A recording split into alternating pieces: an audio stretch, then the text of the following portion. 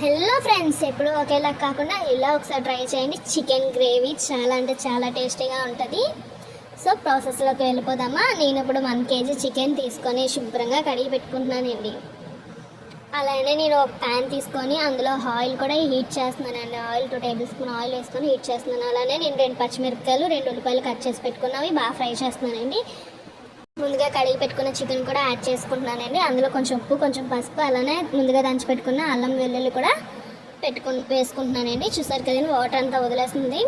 ఇందులో కారం కూడా యాడ్ చేసుకుంటున్నానండి. ఇప్పుడు నేను టమాటీ కూడా యాడ్ చేసేసుకుంటున్నాను. మధ్యలోని మూత పెట్టేసుకొని ఒక 10 minutes వదిలేస్తున్నానండి. ఇలానే చూసారు కదండి.